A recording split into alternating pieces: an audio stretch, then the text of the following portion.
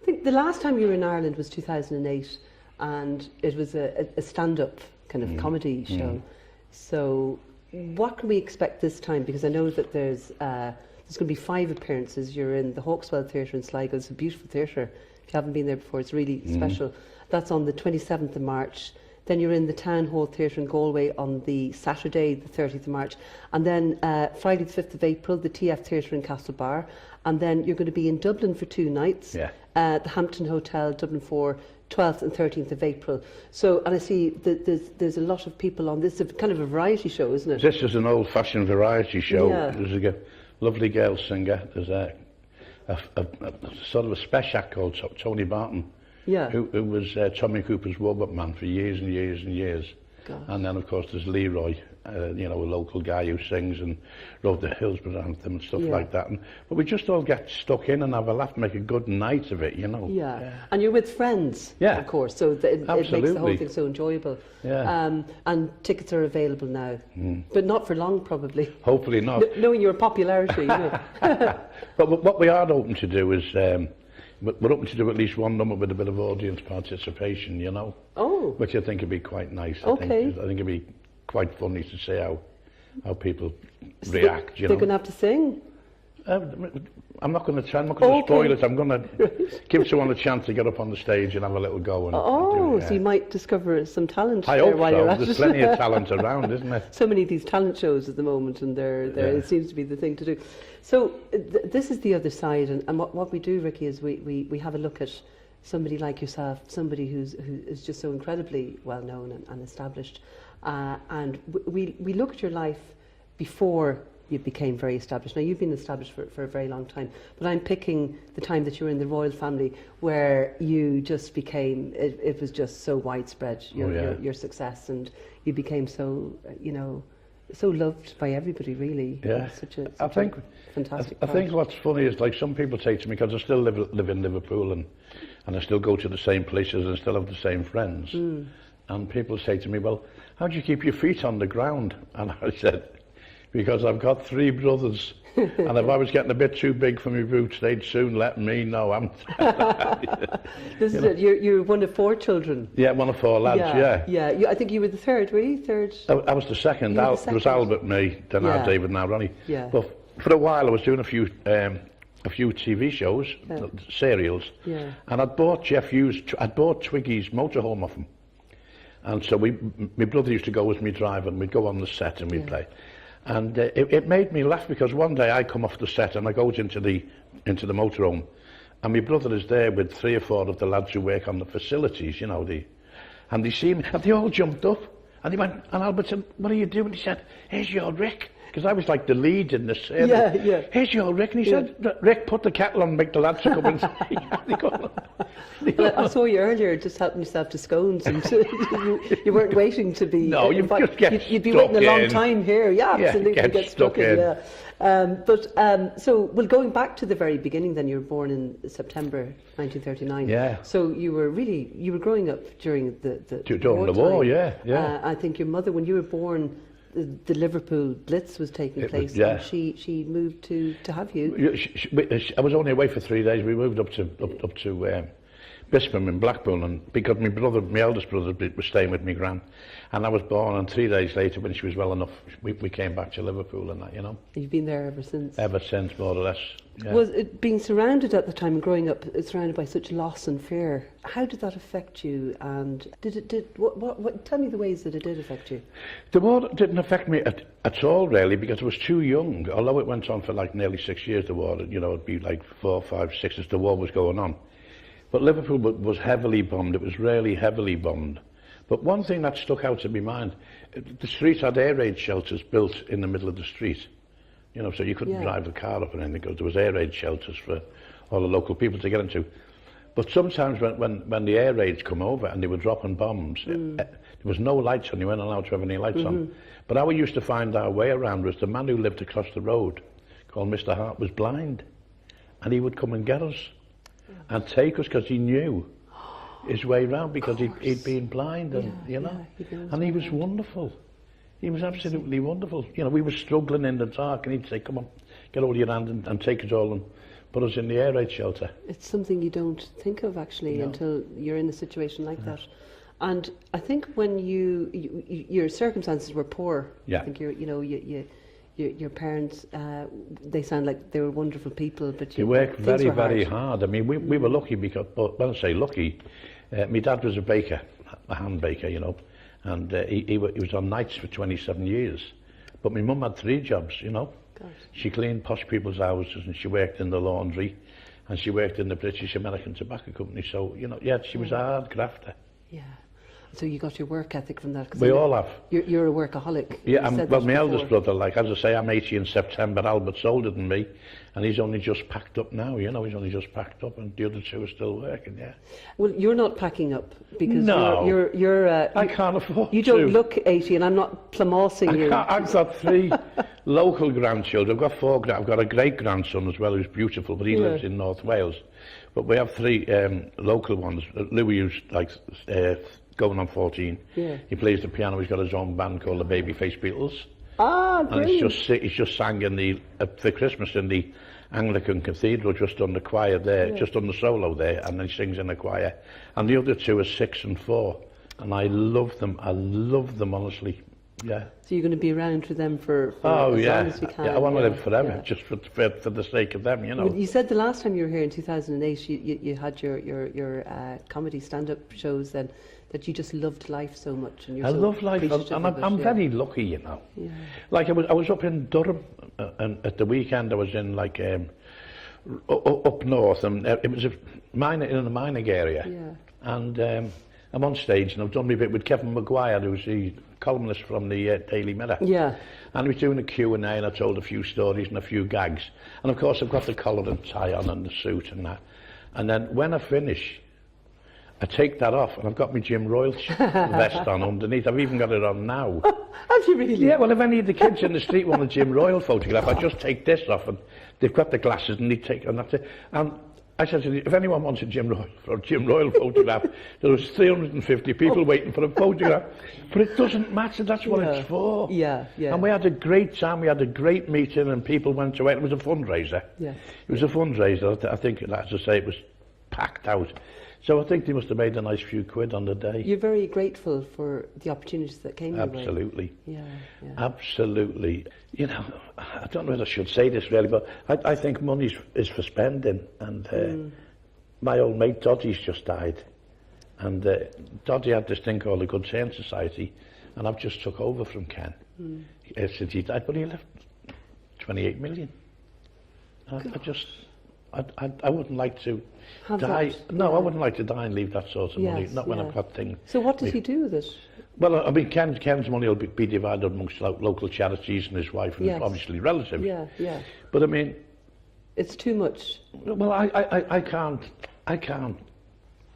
imagine having that much money. Yeah. I really can't have it. And I'm not bothered about. Seriously, I'm not bothered about money. I've got enough to live on. Yeah.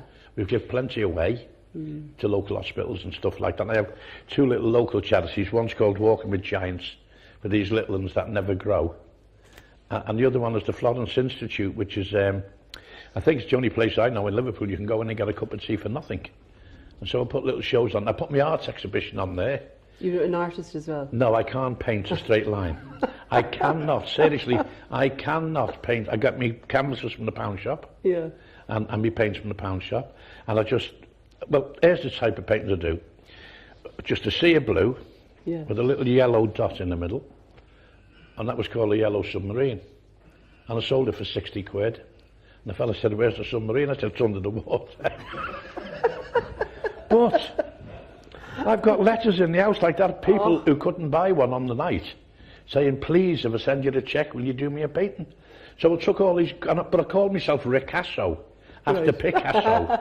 And Rita bought me the Picasso's outfit, so I've got the black beret on and the red scarf and the striped shirt.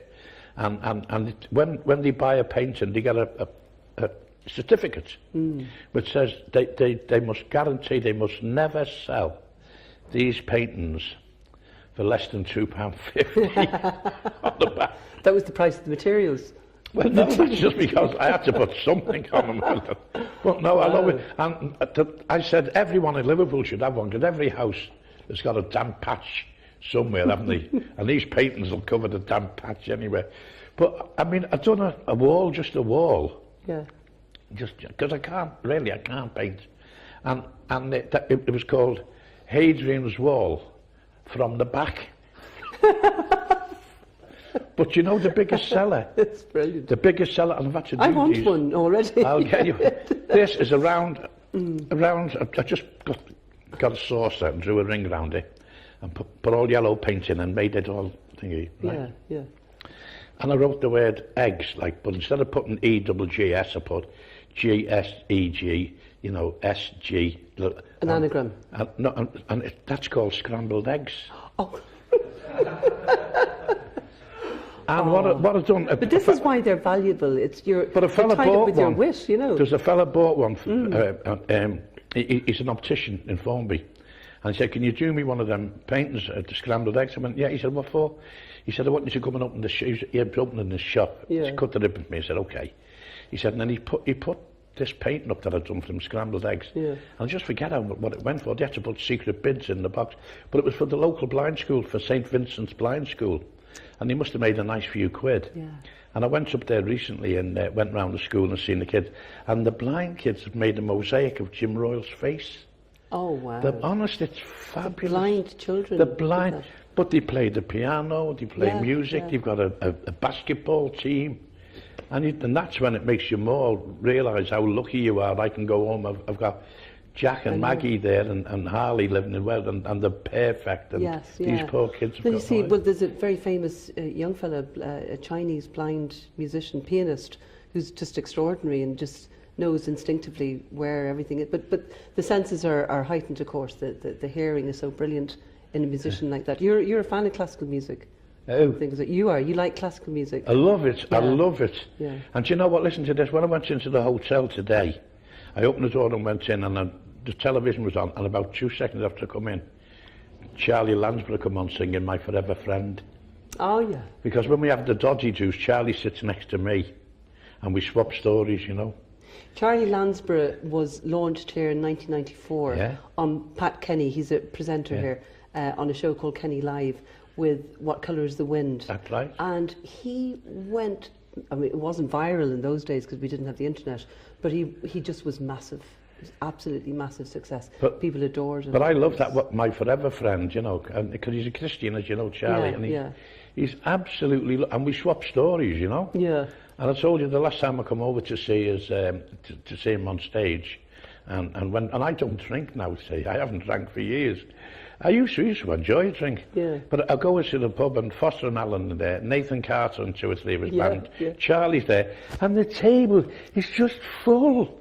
No one's got an empty glass. I thought it's strange. Yeah. You normally finish your glass and then go and get a drink. It was chock-a-block with Guinness and all sorts, you know. Yeah. And I'm saying I'm not drinking, okay, but you still get you to drink, even though you're not drinking. That sounds very Irish. They buy you round after round here as well. It's lovely, you know. It's Nathan. I think Nathan's. And I had a little thing. He's so popular.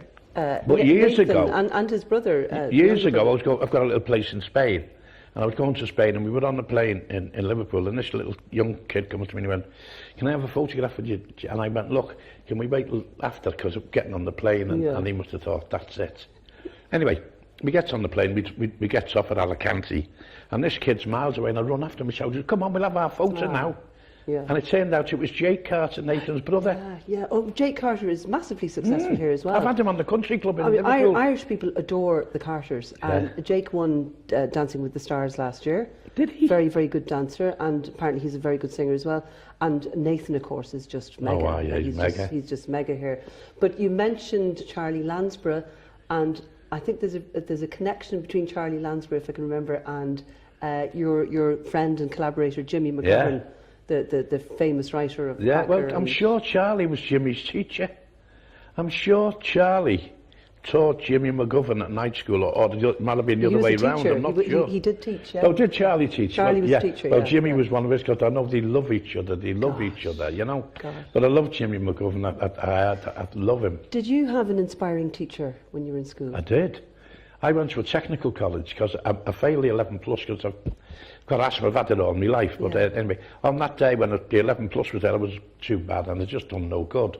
So we got a second chance in them days to take the exam at 13. And I took that and obviously got flying colours. But went to a technical college. Yeah. So that's how I become a plasterer. You know, you could have been a plasterer, a brickie, an engineer or whatnot. I chose to do that. And so, but I mean, it's how your life goes, isn't it? You can't map your life out in that. Do you know what I mean? Although you can see very early on what you're great at. And I think you were somebody that was born to speak. And to stand up for people. Oh, yeah. And you did that with gusto. I've done that all my life without knowing what I was doing. But how I got into the business is, there used to be a pub by Everton's football ground. It was called the Blue House. Yeah. That wasn't the real name of it. It was called the Stanley Park Hotel. But because it was like 50 yards from Everton's, it was called the Blue House. And I went there, I was about 16 or 17. And there's a trio on. And there was a lull in the afternoon, and he said, does anyone want to get up? And I got up and told a few jokes. That was it. And I had a laugh, and I'm sitting in the house on the Monday night, and there's a knock on the door. And it's the fella out the band, Tommy Scully. He went, hurry up, where are you? I said, what? He said, what are you on? And I hadn't made any of it. And that was it. I just went up and done what I had to do. Yeah. And so you were 16 or 17 then? About 17. And you were trained to be a plasterer around that time? I was trained to be a plasterer. But when you were a plasterer, you developed a passion for politics. Yeah. But that was only when I went in prison. And workers' rights, yeah. That's only when I went in prison. Because I got jailed in 73. Because I was living in Wales then. I was living in a little village called Coed Powys. And when the strike come up, and you know, we all got involved. And then the day that the mayhem is supposed to have happened is there was 80 policemen with us, 80 policemen, and no one was arrested or charged or had their name taken or was cautioned. And 15 weeks later, there was 271 charges against us, 21 against me and 27 against my mate Desi Warren. And it was a farce, because the only people that got arrested and charged lived in Wales. Now I'd moved into a little council house in Wrexham with my wife and 2 small boys. No one else, no one from Chester or anywhere, Liverpool, and yet you were all there on the day, just people living in Wales. So they must have obviously thought that was the weak link. Okay. And as I say, when we went on... This is the Shrewsbury 24 case, it became known. We became known as the Shrewsbury 2. But as I say, we went on trial, and there were 6 of us who went on trial in Shrewsbury. But basically, all you did was to organise a strike. I organised my area, which was Wrexham. I organised it. Because builders had no rights in those days, I don't think. No rights. Someone died every day. Someone died every single day in the building industry. The death rate was more than the miners and farm workers put together. And if the boss got, if you work for the boss and it was the health and safety fault and he got done, the most he could be fined was £100. So that was the price of a building worker's life, £100. And so, I mean, the conditions were absolutely dreadful, absolutely appalling. Fellas worked in the rain, because if they stopped, they lost a day's pay. You know, and an awful lot of them were Irish lads, because the job I was working on was by McAlpine, you know, and I just thought it was very, very sad. Well, you'd be afraid not to work in the rain and do all those things, because one fella got his head cut off. One fella, two brothers working down a ditch, and one went like that and cut his brother's head bad with the spade, and I had the Land Rover. I was going round collecting the subs, and I said, "Get in, I'll run you to the hospital." He went, "Oh no." He said, Big Mick Me was the fella in charge. He said he'll go berserk, and he wouldn't go to the hospital. God, it's terrible. So you helped organise the strike. Strike, yeah. Which I presume you're entitled to do under the law. You're entitled to assembly and all of that. But it was a very serious consequence. I mean, it was a very lengthy sentence for something where, as you say, there was no names taken on the day. No. I think it was weeks later that you. But what we also found out later on is that the police had gone round and taken some statements, loads of statements, and then we discovered that they destroyed all them and went round and got more and showing them my photograph and Desi Warren's photograph. So the statements that were used in court weren't the original statements. They were these that the police had gone round and got a There seemed to be an awful lot wrong with this case, and when the jury came back and the sentence was passed, I think it's been well chronicled that some of the jury members were outraged. Started boxing in the jury the box. Other jury. Yeah. The Started fighting the amongst jury. themselves, physically fighting amongst themselves. Because there was a suggestion, I think, that well, there they were would be no told sentences. They were told exactly what we were told before the trial started. If you plead guilty now, you're going to get fined 50 quid. The union will pay the £50, and you'll be home for 12 o'clock noon. Yeah. And that was on the day that, and 4 of them took the deal, and I wouldn't, and Desi wouldn't. So obviously they said, if you're pleading not guilty, so will we. And that's what the jury were told, because they couldn't come to a decision. It was 8-4 for ages, because the trial lasted 55 days. Gosh. I was in the witness box for 3 days, and in today's money it would have cost around about 20 million quid. It was amazing, absolutely amazing. And but it all sounds so unsafe, particularly with the jury members. Some of the findings, it just sounded unsafe, and yet on appeal, well, you didn't win the appeal. No. We went to prison for 5 months, came out while the appeal was sorted out, and then when we went to the appeal court, it should have been heard by a fellow called Lord Justice Salmon. But when we got there, it was the Lord Chief Justice, his name was Goddard, and he just said, look, the sentences are meant to do what these are deterrent sentences, and sent us back to jail. Which, from somebody who's involved in criminal law myself, it is unheard of that somebody would say that and wouldn't be appealed on the basis of that this is a deterrent. Yeah. So you've been really fighting this for over 40 years 40 now. years. And particularly for your friend Desi. Well, Desi died because of passed, the treatment that he got, because they gave him the liquid kosh. And can you explain what that is? Well, the liquid kosh, they give it to fellas to cool them down. Some fellas can't sleep, so it's like a sleeping draft. Yeah. But you get the 100-yard stare. I only took it once, and you're like a zombie. But Desi was here. Plus, we've reason to believe that he was also given the needle, followed around by a doctor and given the needle. But when he come out of jail, he never worked again. He never worked again. He was like a scarecrow, and he was Snow White, and he was like that, and he was a steel fixer before he went in. He had a 3.5-year sentence, I think. Said he got 3. Yeah, he got 3 3s. Yeah, I got 3 yeah. 2s.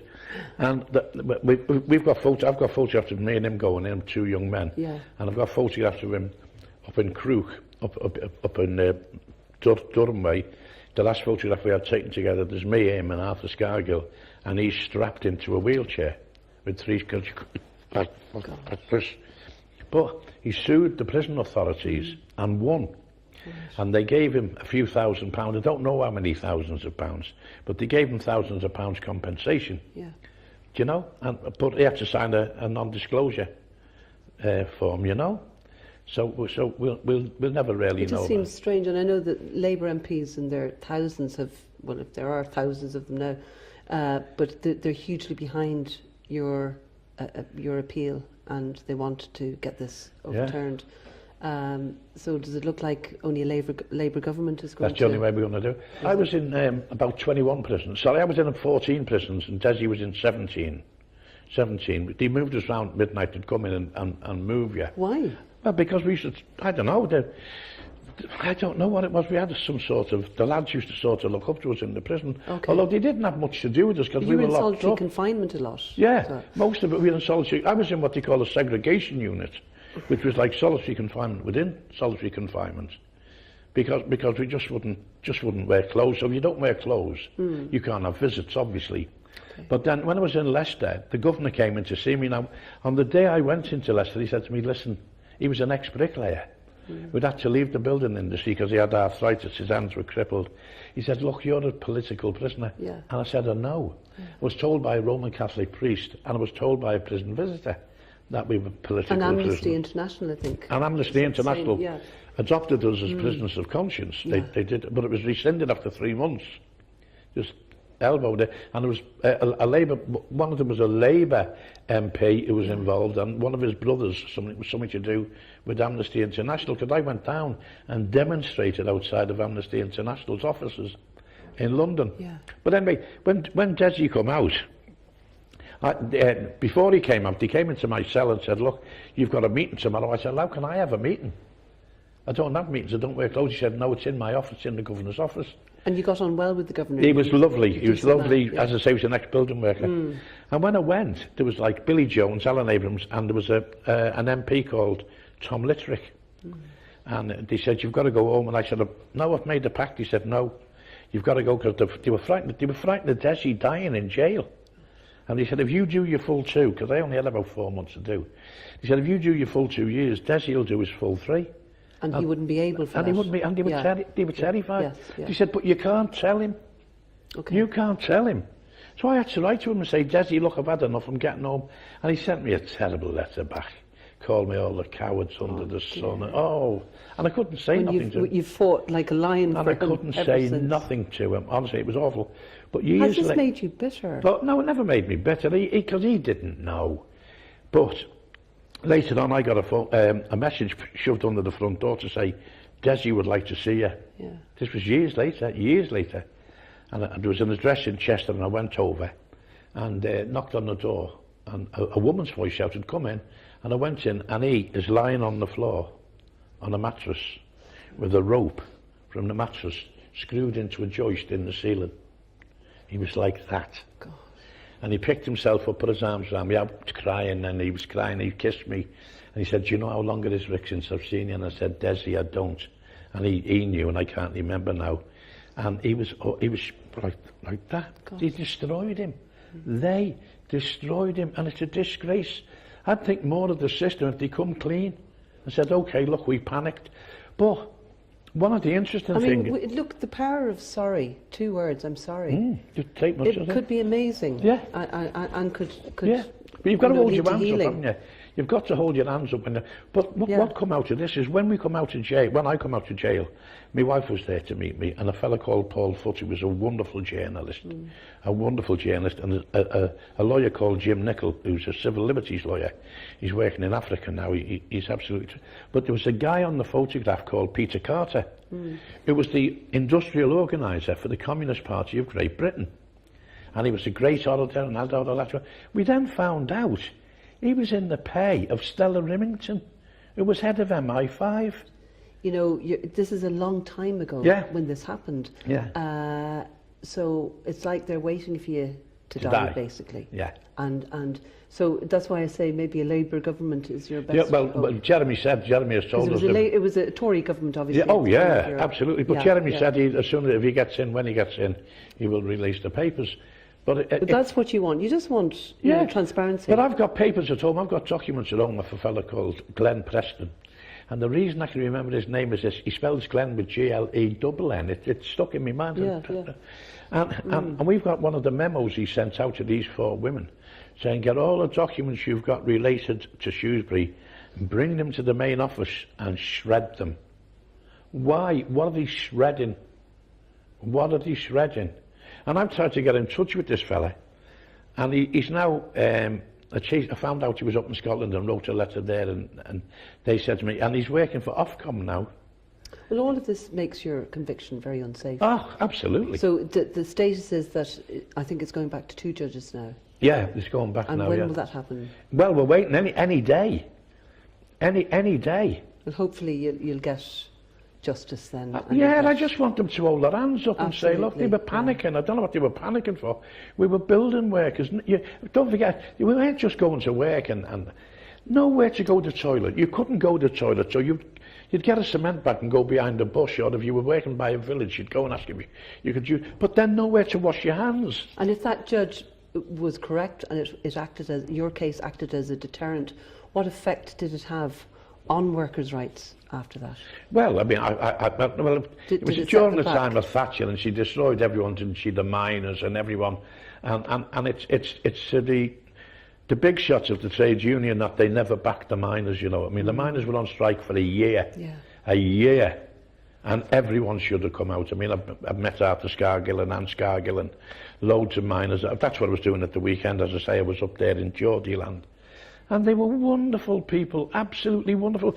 And the trade union, I mean, but I remember going to a Labour Party conference in Blackpool and asking to speak from the platform.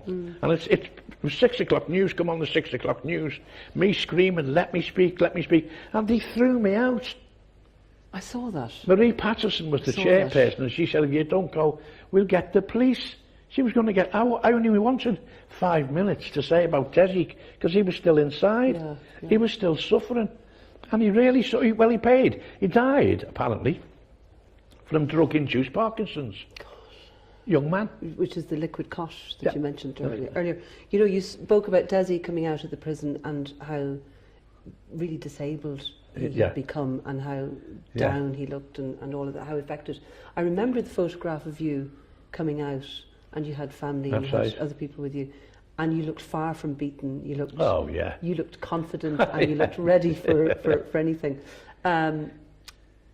But before we leave prison, I just wanted to ask you, could you tell me about, I think you while you were protesting your innocence at all times, I think you went out of your way to help some of the prisoners in there that couldn't read. I had to look now and again they'd let someone in, because as I say, most of the time I was segregated, but now and again they'd let fellas in. Lads who couldn't write, you know, and most were Scotch lads. And these Scottish lads were only in about fighting. They were always fighting amongst themselves. They hadn't hurt anyone other than their own sort of, you know. And they hadn't bashed any old women up or done robberies or anything. And so they used to, one or two of them asked me to write a letter home for them, you know. So I'd say, what's your wife's name? Bertha. Okay, dear Bertha, blah, blah, blah, blah. Then when I got to the end, I'd say, so, okay, anything else? You've asked about the kids. And do you want me to say, miss you, I miss you and love you and whatever? This fella had me up the wall. He had me up the wall. I tell. He said, are you being funny? I said, what are you talking about? You'll miss you and love. They couldn't say the word love. He couldn't say. I said, well, don't you love her? And he went, no, no. So I just wrote it and sent it off, and then weeks later or so he brought the reply back, and it was great, and he was great, and the wife was probably thrilled. But you know, I got letters myself as a DJ. I had a love songs program on 2FM, the national pop station here, years ago, and I've actually kept the letters that were sent to me from prisoners who were just so incredibly full of love for their partners or mothers. It was about mothers and picking a particular song. And not only were they very heartfelt, they were beautifully written, because they had the time actually to compose a really strong. I still have them. But you know, it's a strange thing to say, but some of that time I spent writing, I wrote loads and loads of poems, and then I lost them. And I just found a couple, and there was a publishing firm, and they said, you can get them all together, we'll do the book. And that's the only thing I regret, because you can never get it back. You can never think, because you write it when a thing... You know, when the mood's on, when the mood's on, you think. But what it did do... Can you remember any of it? Any of those? Well, two of them which have somewhere on bits of paper at home. But a lot of the lads who are in prison have got no radios and nothing. So what I used to do, used to be a thing called Top of the Pops on Saturday nights or so, whenever it was, I can't remember now. So I used to put my radio as loud as I could and put it against the window, against the bars, and that would go up, you see. Oh, right. And then they could listen, because some of them had nothing, couldn't read, most of them, you know. And just so. But and then they classical listened. music apparently calms people down. They've tried this I think in Australia, in some prisons. As an experiment. I have it on when I'm driving. I have classic FM on, and it saves me getting road rage. Calms you down. It saves me getting road rage. Do you know what, I want to talk about when you came out of prison? You were qualified as a plasterer. You couldn't work in that trade anymore. You were kind of blacklisted. So you had to start being inventive. I know that you started doing some entertainment work. Yeah, I used to go around, you know, busking with the banjo and got a little group together and done the clubs, working men's clubs. Was that when you were with, let me see, I had to write this down because the name, I won't remember it. It's the band that you played with. The Hi-Fi 3? The Hobo Rick and the City Slickers. That was my band, yeah. That was your band? Well, Rick's me, you know, Ricky Tomlinson. Yeah. So that was my little band. Was that after you came out, obviously? Yeah. And what kind of music was that? No, that was before. That was before, but I still went busking, and that was before I went away. But you got into acting. I think you saw an ad in the Liverpool Echo. Tell us this story. Well, I've seen an advert in the Liverpool Echo saying anyone with trade union experience and an equity card you know, send away for this audition. Well, I had my equity card because I was going on the pubs and that now, and I am playing the banjo and telling a few gags. And I wrote away, but I didn't put my own name on it. I put a phony name on it, you know. And I got this audition, but I had to go to London, to LWT as it was then, London Weekend Television. Yeah. So there was a lad who lived in the next village, a lad called Tony Gates. And he was a brickie and he wanted to go to London to try and get a job on the Barbican. And he said, can I come to London with you, Rick? I said, yeah. So I had an old post office van. So we put the petrol in and we set off, and genuinely, truthfully, I'd never driven to London and I was taking a chance in this old van anyway. And we seemed to be going for hours and hours and hours. And we're coming along the motorway and there's a sign, a huge sign at the side of the road saying London. So I pulled in behind the sign. I said, we're here. Pulled in behind the sign. Parked. And just parked behind the sign. And I said to these people passing by, do you know where LWT is? And they went, well, yeah, you get the tube here. And go. I said, we have no money. You sure you're not blonde? Looking for directions. I said, how's it? Anyway, so anyway, we walked. Yeah. We walked across, and I had holes in my shoes, you know.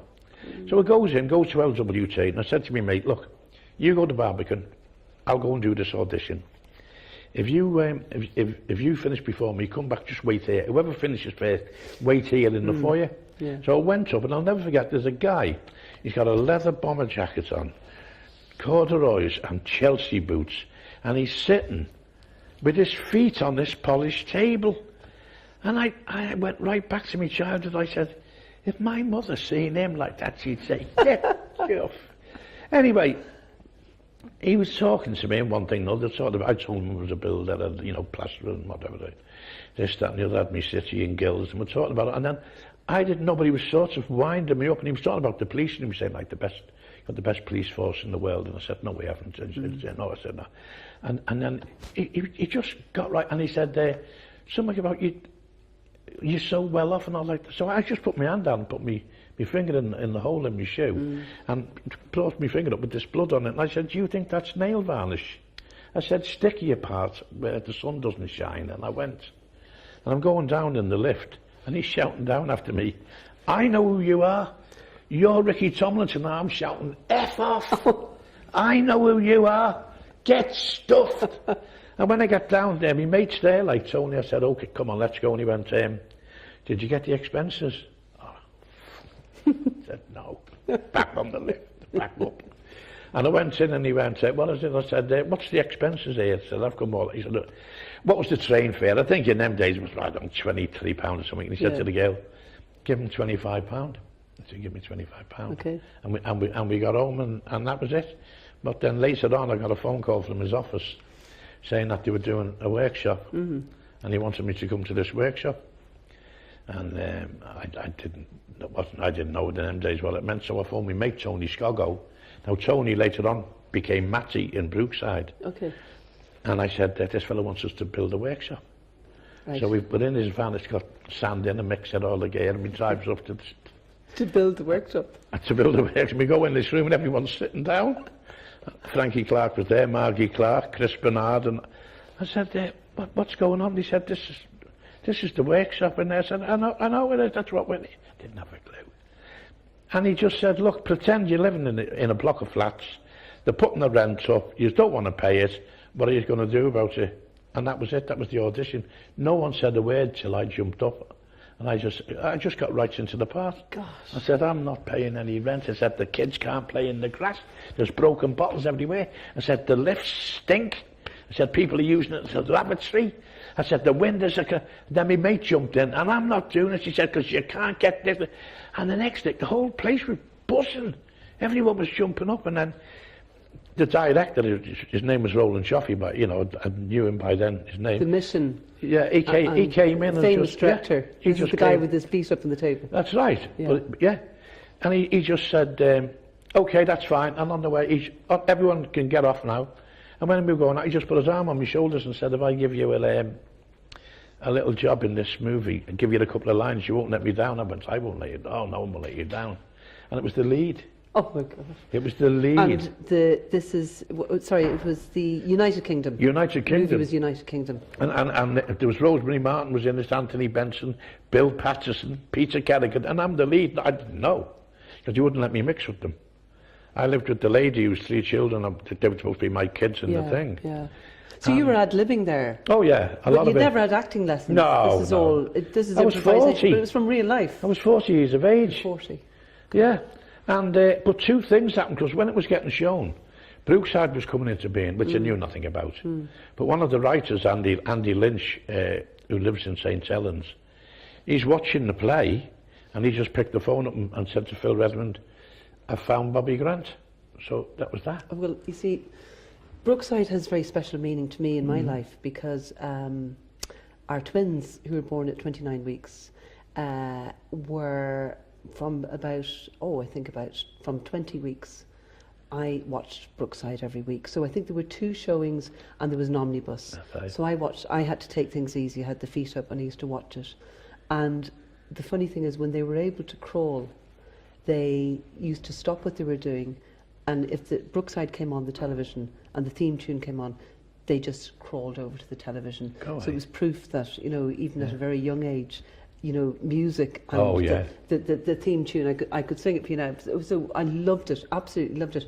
But knowing that you were coming in today, Ricky, I looked back at one of the episodes, and you are fearlessly called to action, giving a speech and talking to workers and just getting but it was so obviously from the heart and passionate, and I would say that somebody gave you a theme, as you did in your audition, and you just went with it. Yeah, you've got to. You've got to. But you've got to be honest. You've got to be honest with yourself. You've got to be real. Yeah. You can't make things up. You've got to say, because getting fellas out on strike, the first thing you do when you take people out on strike is be able to get them back.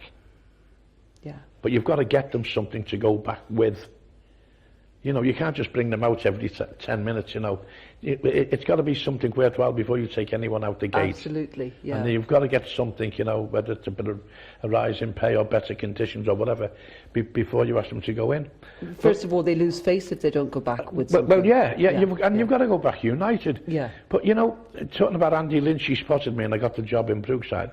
I was coming home from, I was in an airport, probably Spain somewhere, and David Putnam came over to me and he said, how are you doing? I owe you a drink, or I owe you a favour or something. And I said, me? He went, yeah. I said, why? He said, I was going to do a film called The Killing Fields. He said, and I couldn't get, Ken Loach was working, Mike Lee was working. Yeah. He said, but it had to be a very special director. Yeah. He said, and I couldn't get, he said, I'm working in the office, he said, phoning there, he said, it's whatever night it was, he said, got to about 8 o'clock, he said, I've had enough. He put the phone down and went in the lounge, put the television on. He said, I saw you were smacking this kid. The kid was crying, I was crying, the girl playing my wife was crying. He went, and he thought it was a documentary. He thought it was a fly on the wall. He said, and when it finished, I'd seen it was a movie. He gave Roland Joffe the job, and Roland directed The Killing Fields. And that was United Kingdom? No, was it? The Killing Fields. That was The Killing Fields. He was watching when Putnam came out of his office and switched the telly on. United Kingdom was on. Yes. And he saw you in that. He saw me, but he thought it was a documentary. He didn't know it was a movie. But like the same with Brookside. When I looked at that scene again, I remembered you well from the time. I loved the whole series. Loved you. But when I looked at it again, it was just so powerful. And in fact, to such an, I mean, you're obviously an amazing public speaker. I know you loved English as a kid, and that you got lost in books and all that kind of thing. But I do wonder when I see you and you at the conference in 2015, where you again spoke completely, ad-libbed and very, very powerful. I wondered if your life would have been different if you'd taken the road purely to politics and not gone into I don't know. showbiz. I don't think I'm bent enough to be a politician. Yes, but you're talking about English. Yeah. As I say, I'm 80 next birthday, and sometimes when I'm sitting listening to the television, I go mad because the letter T is practically gone out of English language. Even people say I'm a celebrity. Get me? Not, Yes, yeah, not I'm a yeah. celebrity. Yes, yeah. They dropped the T. Oh, they have that here as well.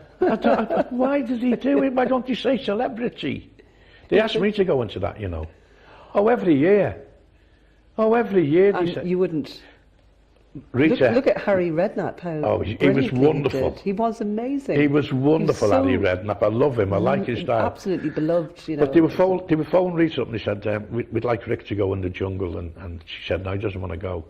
And he said, well, hang on, we haven't talked money or nothing. She said, he doesn't want to go. Right, okay. And the money's amazing, like, it is amazing money. Yes, yeah. I think She said he doesn't want to go. And he got a cob on the fellow with Rita and he said, if you don't mind me asking, why doesn't he want to go in the jungle? And she said, simple.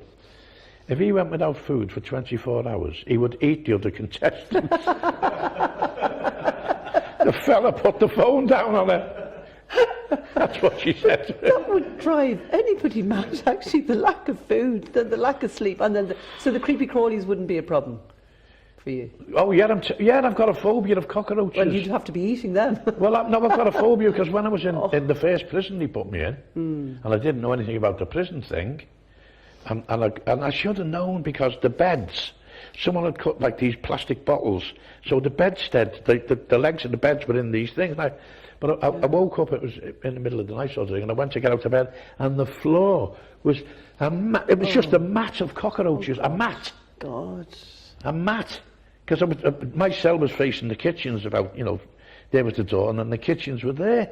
So they obviously there in the warm all day, and on the night it was, and I just said, you get me out of here, and they moved me the next morning. But you were living for that for a long time. On I'm a Celebrity, they're there for 5 minutes with a few cockroaches.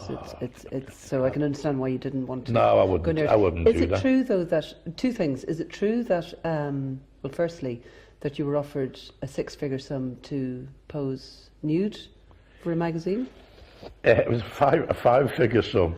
Okay. It was a 5-figure sum, and it was a newspaper. Oh, it was a newspaper. It was a newspaper, and that didn't bother me because I've been nude in a couple of movies. I do a nude flash in Mike Bassett. That's right. And I showed my arse in Ken Loach's. What was the one? Which one was it? Riff Raff. Yeah. Riff Raff, and something else. So that doesn't bother me that like. But did you say no? You said no. To the move in the paper. The nude, yeah. Oh yeah, I wouldn't do that just for the sake of a few quid. Like, no. Okay, I want to ask you as well about Robert De Niro.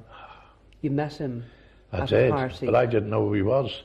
I said to him, "Are you in show business?"